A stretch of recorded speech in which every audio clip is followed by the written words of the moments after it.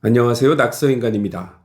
아랫사람에게 혹독하게 굴지 않고도 성공할 수 있을까요? 권모술수를 쓰지 않는 좋은 사람이 승리할 수 있을까요? 현실을 보면 그렇지 않은 것 같습니다. 오늘 읽을 책은 세계적인 베스트셀러인 이는 MC제곱의 작가이자 저널리스트인 데이비드 보더니스가 쓴 페어플레이어입니다.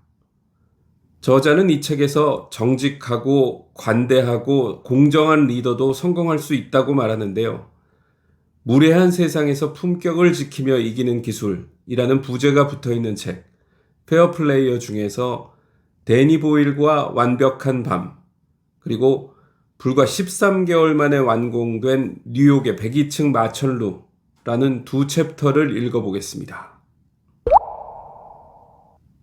데니 보일과 완벽한 밤. 2012년 여름 런던 동부에서 데니 보일은 세계 곳곳에서 5억 명이 넘는 시청자들이 지켜볼 올림픽 개막식을 기획 중이다. 개막식은 7월 27일 금요일에 생중계될 예정이다. 공중쇼와 이동 카메라, 신설된 경기장의 지붕에서 작업하는 기술자와 지상의 무대 운영자, 수백 명의 댄서와 노래하는 사람들, 자전거를 타는 사람들, 거대한 침대와 활활 타오르는 성화대, 살아있는 동물들, 높이 솟은 공장 굴뚝, 어마어마한 음향장치, 여러 종류의 연기 발생기, 기계기사, 애니메이션 제작자, 드럼 연주자, 마차, 영상화면, 그리고 미스터 빈으로 유명한 로완 애킨슨과 런던 심포니 오케스트라의 협연. 반복 연습만이 이 모든 계획을 완벽하게 이루어지게 하리라. 세세한 기술적 문제들은 어렵지 않게 해결할 수 있다. 그는 이런 일에 능숙하고 빠듯한 예산으로 아카데미상 수상작 슬럼독 밀리어네어를 제작한 경험도 있다. 하지만 한 가지 문제가 있었다. 바로 모든 행사 내용을 개막식 당일 밤까지 비밀에 붙이는 것이었다. 이 방법은 신제품을 출시할 때와 마찬가지로 큰 효과를 낳는다. 그러나 개막일이 가까워질수록 점점 더 많은 사람이 몰려들 수밖에 없다. 공식 개막일 며칠 전에 최종 리허설에서는 사람들이 올림픽 경기장을 가득 메울 것이다.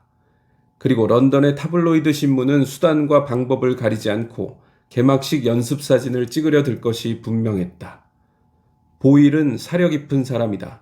그의 어머니는 그가 영화 감독으로 성공하는 모습을 보지 못하고 세상을 떠났으나 인간의 선함에 대한 그녀의 믿음은 아들의 마음에 깊이 새겨져 있었다.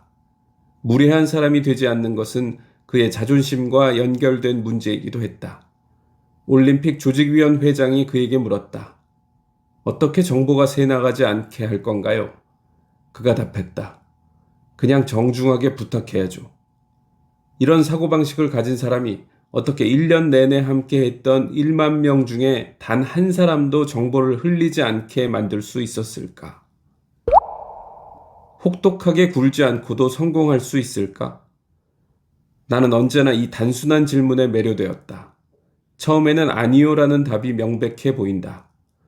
도널드 트럼프 같은 사람이 대통령에 당선되고 정권을 잡았을 때는 좋은 사람이 언제나 승리한다고 말하기 어렵다.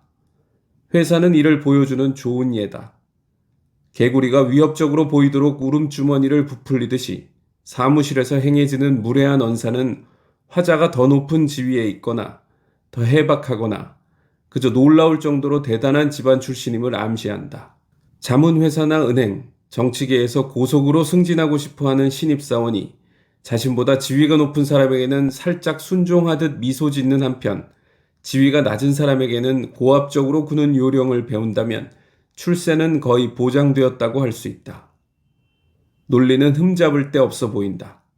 자신이 원하는 것을 얻기 위해 지름길을 택할 의향이 있는 사람이 그렇게 하지 않는 사람을 앞지르는 것은 당연해 보인다. 좋은 사람이 꼴찌한다는 말이 왜 생겨났겠는가? 그렇다면 무슨 일이든 해내기 위해서는 약자를 못살게 굴거나 권모술수를 부려야 한다는 걸까?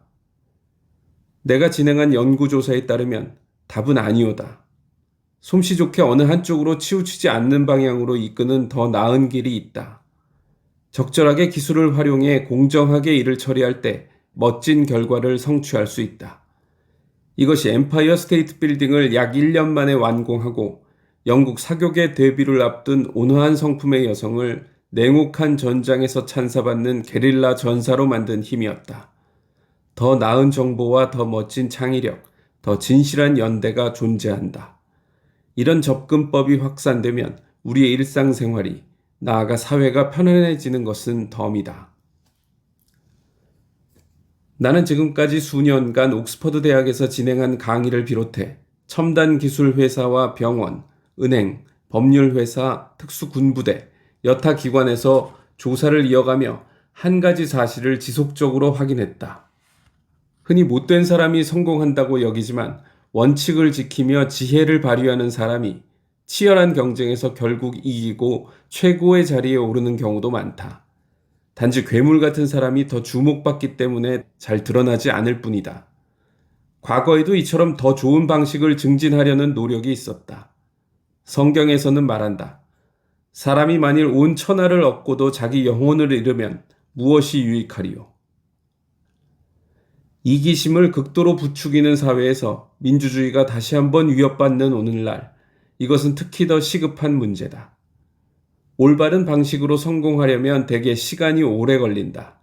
하지만 엄청난 혜택이 따라온다. 특히 업무의 질이 달라진다.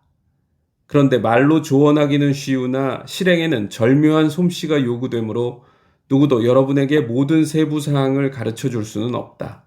학문이 아니라 기술에 더 가깝다. 그리스의 철학자 플루타르쿠스 이후로 많은 작가가 인지했듯이 전기는 이러한 기술을 익히는 데 필요한 경험을 많이 알려준다. 수많은 긍정적인 이야기야말로 품격을 지키는 방식이 통한다는 증거다. 성공으로 가는 과정에서 윤리적으로 고려해야 할 중요한 요소들이 많다. 그중 실생활에서 흔히 모두가 동의하는 합의 하나가 있다. 예를 들어보자.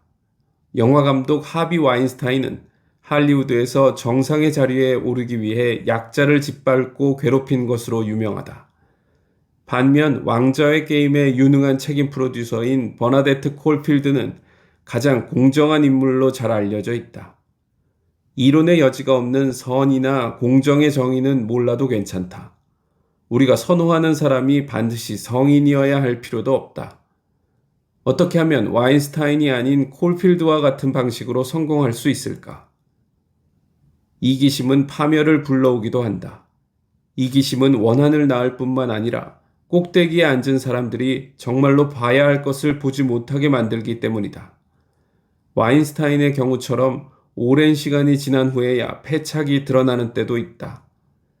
직업의식이 투철한 기자들이 마침내 와인스타인의 본 모습을 밝혀내자 그로 인해 고통받았던 사람들은 몰락하는 그를 보며 위안을 얻을 수 있었다. 여기서 나는 행동을 자신의 의지대로 통제할 수 있다면 어떻게 가장 가혹한 상황에서도 공정성과 품위를 잃지 않고 심지어 모든 제약을 유리하게 바꾸는지 보여주겠다. 대표적인 인물은 바로 제2차 세계대전 당시 미국 대통령이었던 프랭클린 루즈벨트다. 그는 악한 사람이 되지 않고도 세상이 마주했던 가장 거대한 악을 물리칠 수 있었다. 물론 언제나 이런 식으로 문제를 해결할 수 있다는 보장은 없다. 이는 결코 마법이 아니다. 그러나 종종, 그것도 놀라울 정도로 자주 효과가 있다. 힘을 과시하거나 폭압적으로 굴어야만 위대해질 수 있는 것은 아니다. 단순하고 공정하게 품격을 갖추며 이기는 방법도 있다. 그저 기술적으로 잘 다루면 된다. 어쩌면 내 말을 믿기 어려울지도 모르겠다. 그래서 지금부터 품격 있는 방법이 얼마나 값진 성공을 가져올 수 있는지 확실히 맛볼 수 있는 이야기를 들려주겠다.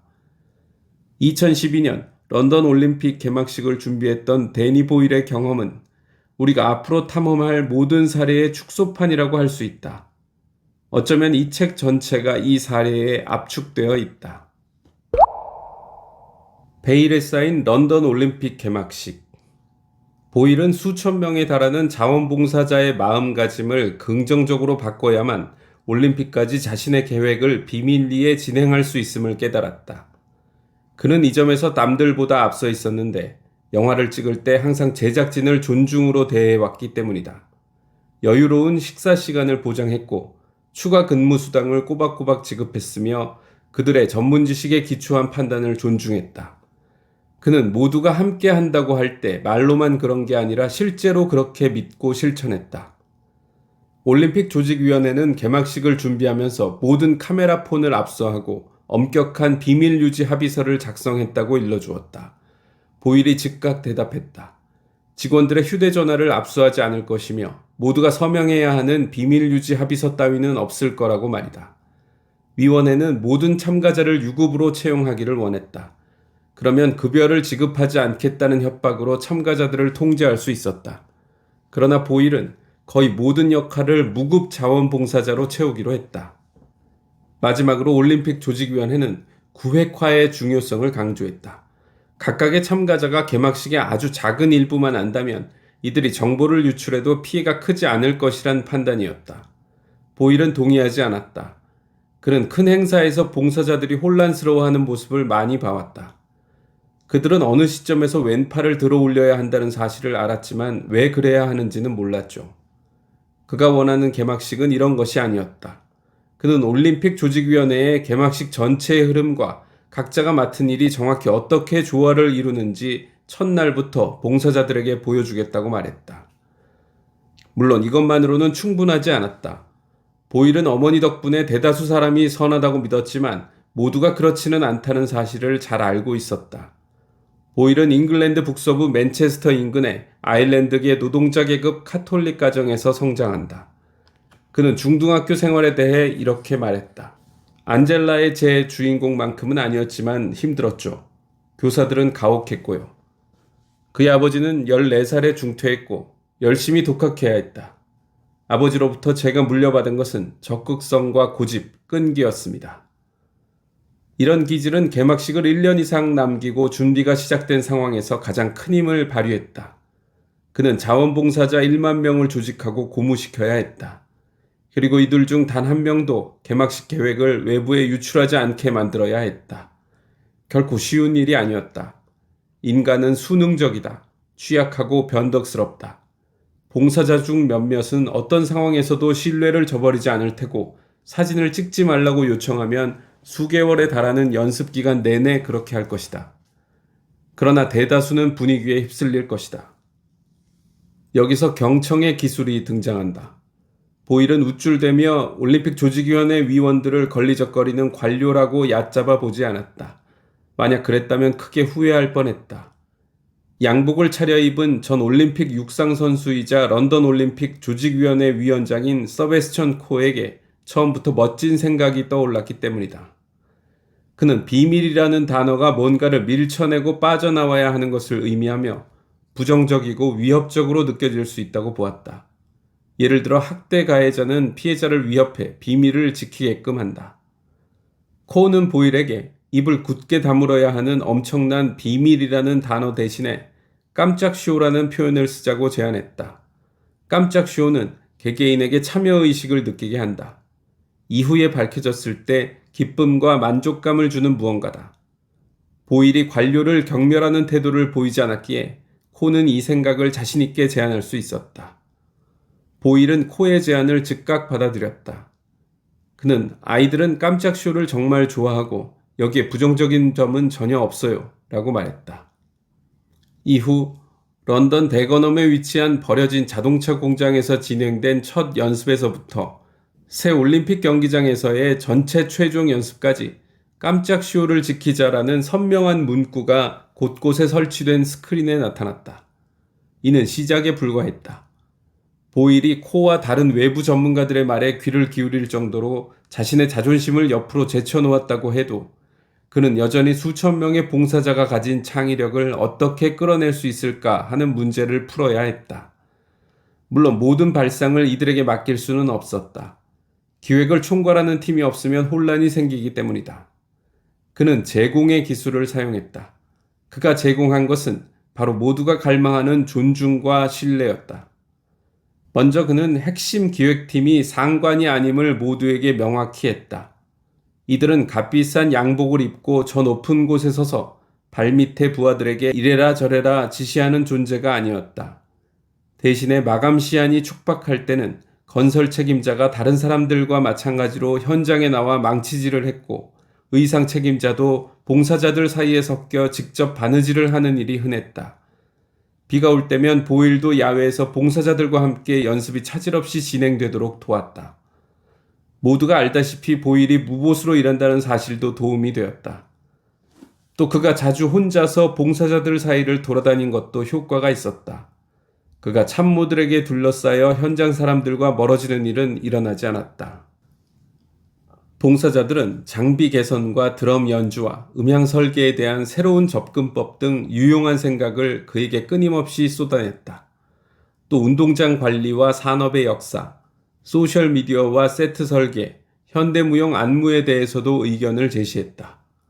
보일은 이들이 낸 수백 가지 아이디어를 기획에 참고했다. 이 이야기가 이상주의적으로 들리겠지만 앞서 언급했듯이 보일은 순진하기만 한 사람이 아니었다. 그는 세 번째 기술에 대한 경험이 아주 풍부했는데 바로 방어였다. 그는 발생할 수 있는 위험을 알았다. 예를 들어 슬럼독 밀리어네어에서 함께 작업했던 인도의 영화감독 러브린 텐덴은 따뜻하고 친절했으며 그에게 인도에 대해 알려주는 없어서는 안 되는 존재였다. 그러나 촬영이 한창일 때 그녀가 가장 필요한 순간에 그만 하차하고 다른 영화를 찍겠다고 했다. 그녀가 떠나면 보일의 프로젝트는 엉망이 될 수밖에 없었다. 보일은 그녀의 의도를 이해했다. 모든 인도인이 이렇게 합니다. 더 많은 돈을 받기 위한 협상 전략이죠. 그도 그녀처럼 했던 때가 있었다.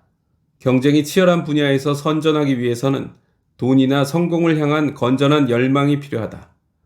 이 문제를 해결하는 비결은 텐덴의 기분을 불필요할 정도로 상하게 하지 않으면서 그녀와 맞서는 것이었다.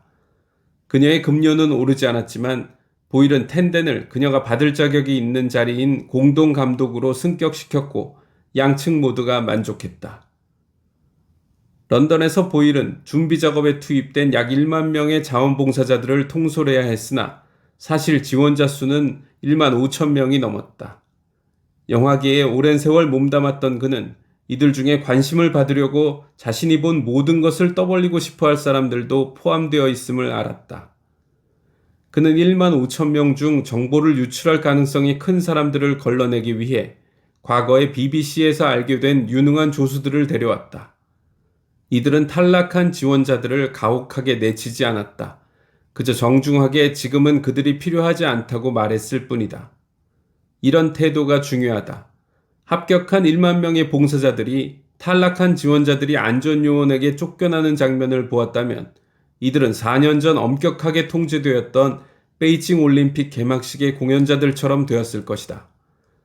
베이징 올림픽 공연자들은 숙련되었으나 기계처럼 움직였고 창의력을 발휘해 공연에 이바지할 생각이 조금도 없어 보였다. 보일의 진보된 형태의 방어 기술은 봉사자들의 참여를 더욱 끌어올렸다. 방어는 여기서 한 발 더 나아갔다.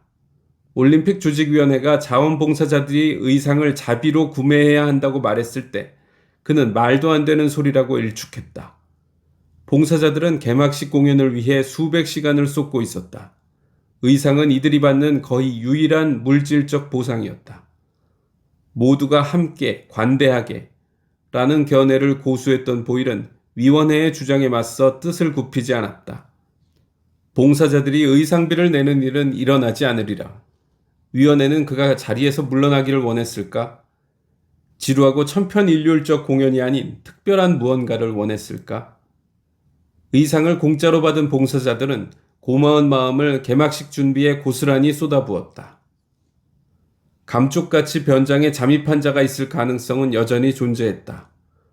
런던의 타블로이드 신문은 속임수 기술로 유명하고 수천 명이 드나드는 터라 봉사자 사이에 스파이, 즉 이브닝 스탠더드나 데일리 메일 기자들이 있을 수 있었다. 무엇보다 성화대가 가장 신경 쓰였다. 올림픽 성화대는 대체로 거대한 석조 또는 금속 구조로 차갑고 거창했다. 보일은 좀 더 인간미가 풍기기를 원했다. 영국 디자이너 토머스 헤더윅은 꽃잎이 달린 여러 줄기가 사방으로 활짝 펼쳐져 있다가 세워지면서 하나로 뭉쳐지고 꽃잎마다 불을 내뿜는 작품을 만들어냈다. 현장에서 이 장치를 시험해 볼 필요가 있었다.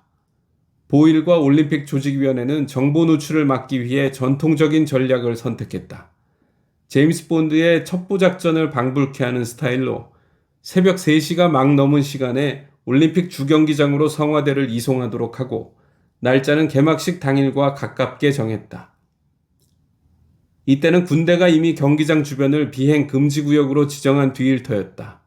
언론사 헬리콥터가 사진기자를 태우고 근처까지 접근하지 못하게 원천 차단하는 방법이었다. 그런 다음에 막판에 정보 유출의 유혹을 받는 사람이 있을 수 있음을 고려해 보일은 가장 상세한 개막식 최종 계획안을 노트북 한 대에만 저장하고 늘 곁에 뒀다. 또 보안 요원이 출입문을 지키고 외부인이 들락거리지 못하게 막았다. 개막식 날 밤, 모든 계획이 바라던 대로 이루어졌다. 돈으로 사지 못할 봉사자들의 열정이 더해져 장대하고 근사하며 올림픽에 걸맞은 공연이 펼쳐졌다. 예측할 수 없는 세부 요인들이 너무나 많았기 때문에 하나의 만능 접근법 따위는 없었다. 하지만 보일은 중요한 일을 제대로 해내는 데 필요한 핵심 열쇠를 쥐고 있었다. 첫 번째 열쇠는 경청이다. 보일은 개막식을 비밀이라고 부르기보다는 깜짝 쇼라고 부르는 것이 더 현명하다는 서베스천 코의 생각을 수용했다. 또 그는 드럼 연주와 조명, 음향 설계에 대한 의견을 가능한 한 객관적으로 참작하며 도움을 받아들였다. 두 번째 열쇠는 제공이다. 보일은 봉사자들의 열정을 끌어내고 부흥시키는 설교사였고 이들에게 수많은 청중 앞에서 위대한 섬나라의 이야기를 들려주는 전무후무한 기회를 주었다.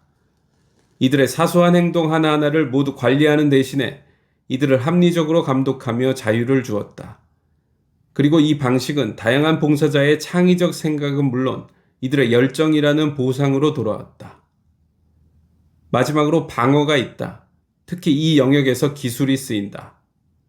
지원자들을 가려낼 감시관 있는 캐스팅 담당자, 올림픽 조직위원회의 허튼 소리를 일성에 제압하는 터프가이, 언론사 헬리콥터를 따돌리는 비밀정보국의 수장, 기회를 엿보는 호사가들로부터 현장 출입구를 사수할 만큼 세상 물정에 밝은 랭커셔 출신 사나이.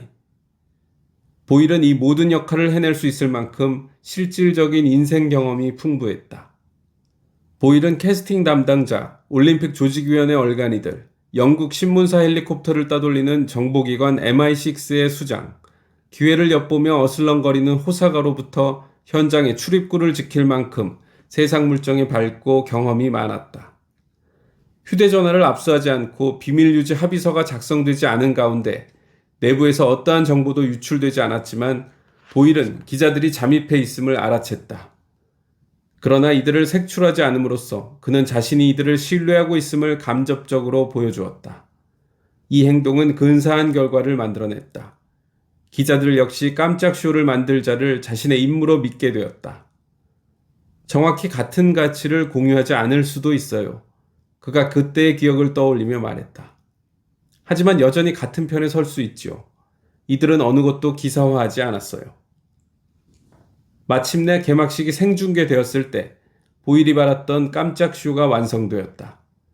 제임스 본드를 연기한 데니엘 크레이그가 엘리자베스 여왕을 버킹엄 궁전에서 헬리콥터로 모시고 가는 영상이 어느 순간 눈앞의 실제 상황으로 바뀌었고 그녀가 낙하산을 타고 주 경기장에 착륙한 다음에 귀빈석으로 걸어 올라갔다.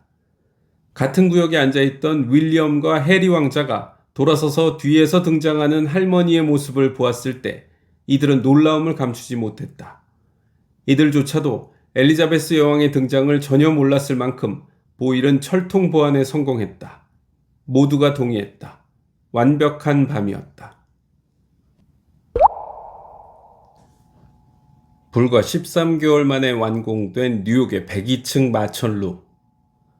1928년 6월 미국 캔자스주 기업 출신의 건장한 폴 스타렛은 멋지게 차려입은 기업가 존 제이컵 라스콥과 뉴욕에서 만났다. 겨우 잡은 미팅이었다.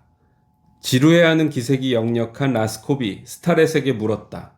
34번가와 5번가가 만나는 장소에 새로운 마천루를 지을 계획을 열렬히 설명한 다른 건설사들보다 어떻게 더 잘할 수 있을지를. 답하기 어려운 질문이었다. 스타렛과 네 형제는 이전에 건설 사업을 진행한 적이 있었지만 이 정도의 대규모 건물을 짓는 데 필요한 장비는 하나도 가지고 있지 않았다.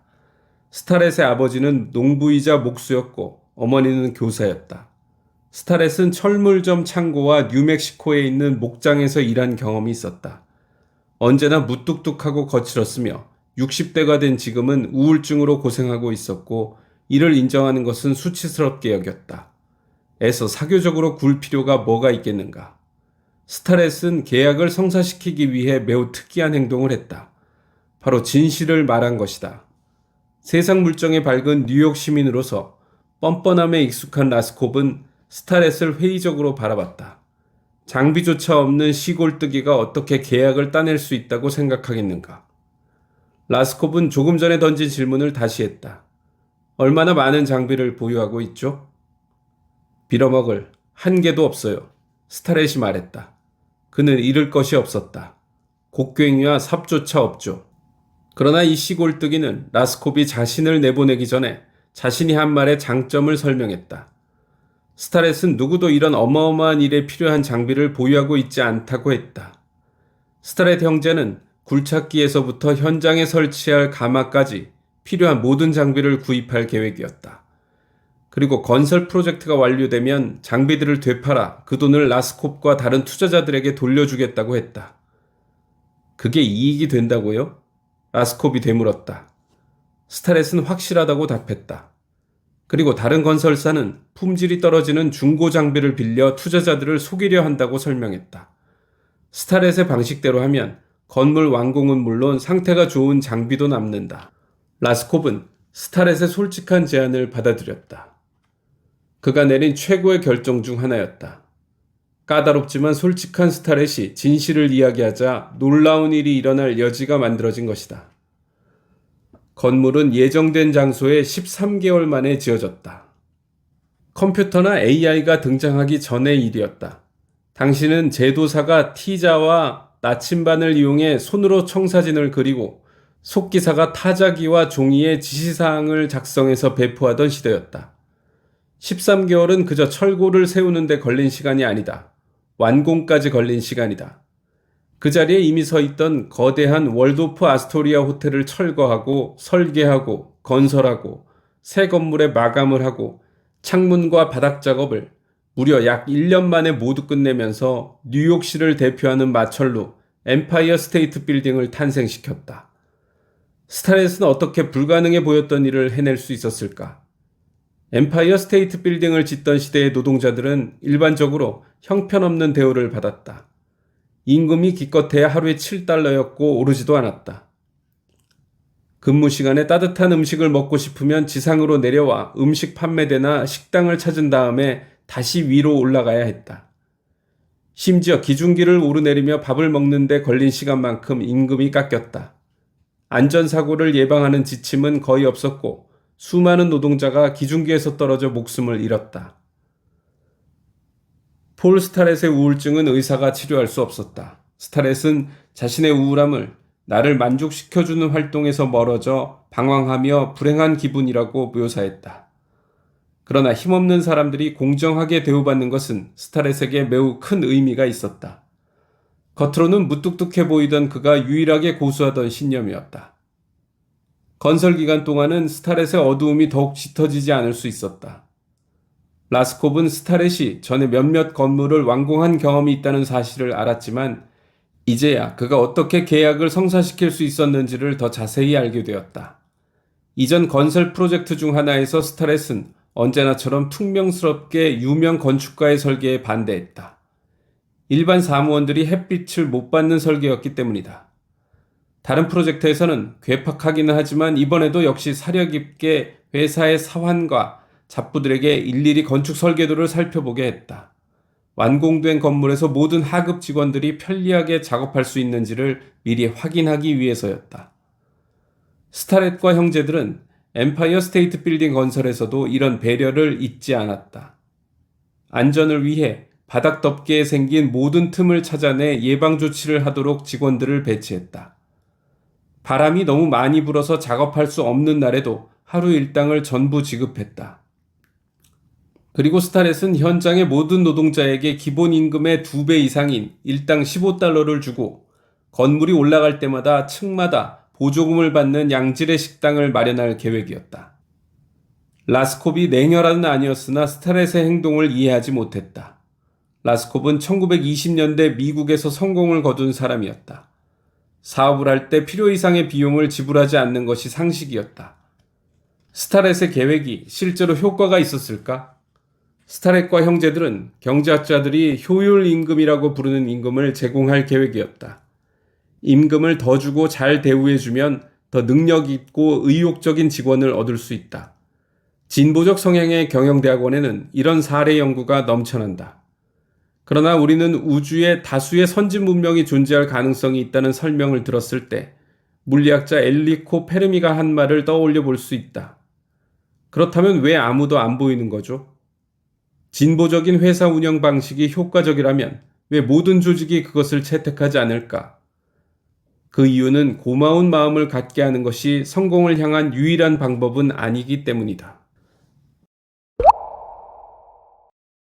신뢰가 형성되자 아이디어가 쏟아져 나오다. 엠파이어 스테이트 빌딩 건설자 폴 스타렛이 모두에게 순진하고 너그럽게만 대했다면 그도 실패했을 것이다. 그러나 스타렛은 뉴욕 건설업계에서 단연간 살아남았고 인간 본성의 선함에 대한 믿음을 깨부수는 숱한 일을 겪어왔다. 그가 건설 프로젝트를 시작하면서 적용한 원칙은 제공하되 감독하라로 요약할 수 있다.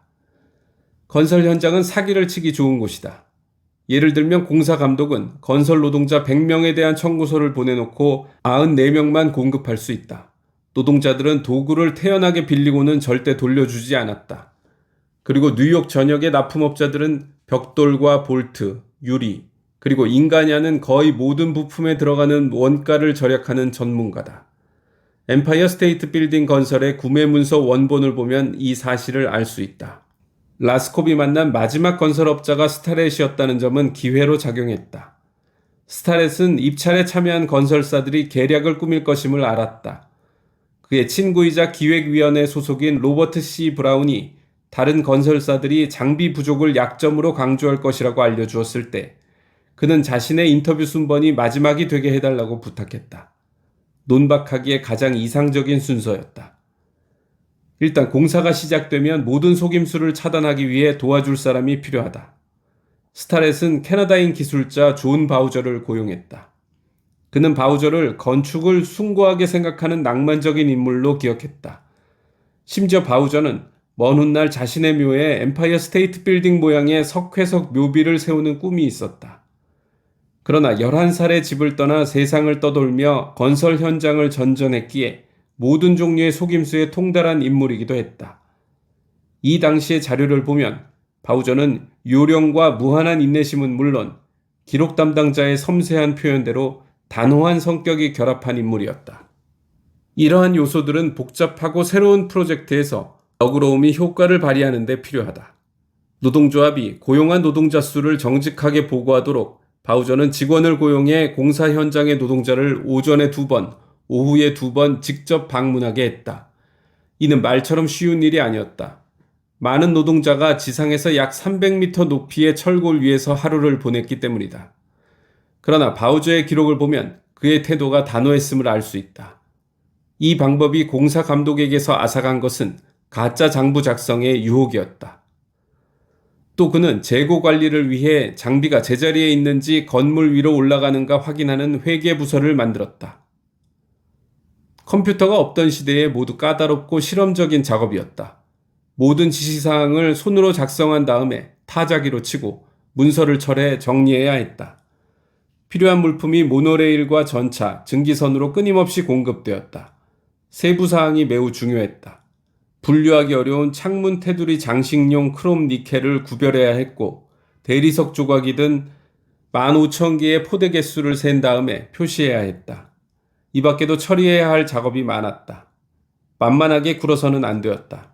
철저한 조사를 통해 노동자들이 공정하게 행동한다는 확신이 있어야만 지속적으로 노동자들에게 공정할 수 있었고 원하는 것을 줄 수 있었다. 노동자들이 바우저에게 모욕감을 느끼지 않으면서도 속임수는 사전에 차단해야 했다. 스타렛은 이런 문제를 적절하게 처리했다. 그가 초반에 한 모든 약속이 지켜졌다. 건물이 올라갈 때마다 보조금을 받는 식당이 각 층에 만들어졌다. 노동자들은 이곳에서 점심으로 따뜻한 양배추 절임과 스튜, 탄산음료, 무알콜 맥주를 사서 현장에서 먹었고, 때때로 맨해튼 거리에서 높이 떠 있는 들보 위에서 먹기도 했다. 보일이 올림픽 개막식을 준비할 때와 마찬가지로 창의적인 생각이 쏟아져 나왔다. 노동자들은 벽돌을 외바퀴 손수레에 담아 흔들거리는 널빤지를 따라 힘들게 미는 이전의 방식 대신에 철로를 깔아 현장으로 나르는 방식을 제안했다. 이로 인해 8시간마다 많게는 10만 개의 벽돌을 나르면서 공사 속도를 크게 끌어올릴 수 있었다. 전기기사들은 물건이 도착했음을 알리는 방법을 일반적인 종 당김줄 대신에 유선신호 시스템으로 바꾸자는 의견을 내놓았다. 엠파이어 스테이트 빌딩에는 이 밖에 획기적인 생각의 흔적이 여전히 남아있다.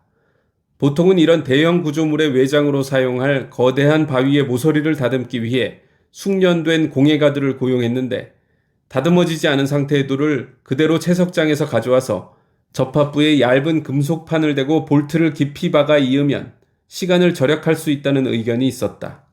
건설 인부들이 이 작업을 완벽하게 해냈고, 그 결과 회색 석회석 가장자리에 반짝이는 가늘고 긴 스테인레스 조각이 튀어나온 유명한 아르데코 양식의 건물 앞면이 완성됐다. 스타렛과 바우저는 자신들이 나누어 준 것보다 훨씬 더 많이 되돌려 받았다. 이것이 고마움이 가진 마법이었다. 이 건설 프로젝트의 많은 하도급 업체들도 서로를 신뢰할 수 있음을 알게 되었고, 목표를 조기 달성할 수 있는 강한 토대가 마련됐다. 이 정도 규모의 건설 프로젝트에서는 최초에 속했다. 제철소는 철골 구조용 H빔을 언제까지 준비해야 하는지 정확히 알았다. 마찬가지로 엘리베이터 전선 공급업체와 바닥에 필요한 시멘트 생산업체, 구조공학자와 기계공학자, 수백 명의 다른 관련자들이 자신들이 해야 하는 일을 믿고 할 수 있었다. 이런 공사 현장에서 일반적이던 노동자들의 높은 이직률이 낮아지면서 스타렛은 신규 노동자에 대한 재훈련 비용도 절약했다. 노동자들은 높은 임금과 좋은 대우 받기를 그만두고 싶어 하지 않았다. 스타렛은 여전히 거의 미소를 짓지 않았고 자신의 결정을 무뚝뚝하게 내뱉었다. 그러나 이것은 문제가 되지 않았다. 누군가를 존경하기 위해 그 사람을 좋아할 필요는 없다. 우리를 공정하게 대하고 자신의 능력을 보여준다면 그것만으로 충분하다. 누군가 공정함이라는 단어에 담긴 의미를 이해한다. 사람을 다그칠 때도 지나쳐서는 안 되는 적절한 수준이 존재한다. 스타렛은 공정하게 행동할 것을 고귀한 목표로 삼았을 뿐 아니라 여기서 더 나아가 실제 행동으로 선택할 만큼 품위가 있었다. 잘생기고 편안한 인상의 로렌조는 겉으로는 더 친절했지만 그가 위선자임을 깨닫자 사람들은 그에게서 등을 돌렸다. 오히려 까다롭고 퉁명스러운 스타렛의 주변에는 많은 사람들이 오래 남았다. 강 건너 뉴저지에서 훨씬 적은 임금을 받으며 엠파이어 스테이트 빌딩과 비슷한 건물을 짓던 철공들이 파업을 단행했을 때 스타렛의 노동자들은 합류할 이유가 없었다. 스타렛과 형제들은 더 이상 미국 산업계에서 외면당하거나 쓸쓸히 일자리를 찾지 않아도 되었다. 오히려 이들은 미국에서 선도적인 건설업자가 되었다. 실리콘밸리 혁신의 밑바탕. 고대의 유대교 랍비 힐렐이 2000년 전에 쓴 글에서 이 모든 것에 대한 통찰을 얻을 수 있다. 힐렐은 본질적으로 연관된 질문 2개를 던졌다. 내가 나를 위해 존재하지 않는다면 누가 나를 위해 존재하는가? 또 내가 나만을 위해 존재한다면 나는 무엇인가? 두 질문에는 어느 한쪽으로 치우치는 것이 옳지 않다는 의미가 담겨 있다. 우리는 자신을 옹호할 필요가 있다. 그렇지 않으면 이 거친 세상에서 망가질 것이다. 그러나 이렇게만 한다면, 즉 자신만을 위해 존재한다면 우리는 어떤 사람인 걸까? 스타렛 형제는 중간 지점을 선택했고 존중과 배려로서 상대의 속임수를 방지하는 일이 매우 중요하다는 사실을 알았다. 이는 20세기의 마철루를 건설한 일뿐만 아니라 더 광범위하게 적용될 수 있다. 오늘날 신뢰를 유지해야 하는 인터넷 사이트는 이런 원칙들에 열심히 공을 들이고 있다. 세부 사항만이 바뀌었을 뿐이다. 이베이에는 직원 간의 점수 매기기와 이 점수를 조작하지 못하게 막는 다른 통제 방법들이 있다. 위키피디아에도 검수자 집단에 적용하는 유사한 메커니즘이 존재한다. 뿐만 아니라 조작된 내용을 새로 작성하기보다 이전으로 복원해주는 되돌리기 버튼 같은 기술이 있어 관리가 더 용이하다. 두 회사 모두에서 속임수로 이득을 보지 못하게 무대 뒤에서 엄청난 관료주의적 절차가 작동한다. 웹사이트 관리자들도 이들처럼 하려고 노력하고 있다. 실리콘밸리가 혁신의 아이콘이 될 수 있었던 이유는 이런 메커니즘을 광범위하게 운영했기 때문이다. 소프트웨어 기술자와 기업인들은 그들 업계에 모두가 따라야 하는 합리적인 원칙들이 존재한다는 사실을 안다. 다시 말해, 약속이 지켜지지 않았을 때 자신을 보호하기 위해 개인이 시간을 낭비하지 않아도 된다는 의미다. 다른 방식으로 분노가 쌓이기도 한다. 소련의 붉은 군대가 1980년대 후반에 동유럽에서 철수했을 때 거의 반세기 동안 지속되었던 소련에 대한 동유럽 국가의 충성심이 눈 깜짝할 사이에 사라졌다. 소련은 아무것도 제공하지 않았고 그래서 돌려받을 것도 없었다. 폴 스타렛은 달랐고 공사 현장에서 고마움이 낳은 에너지로 보상받았다.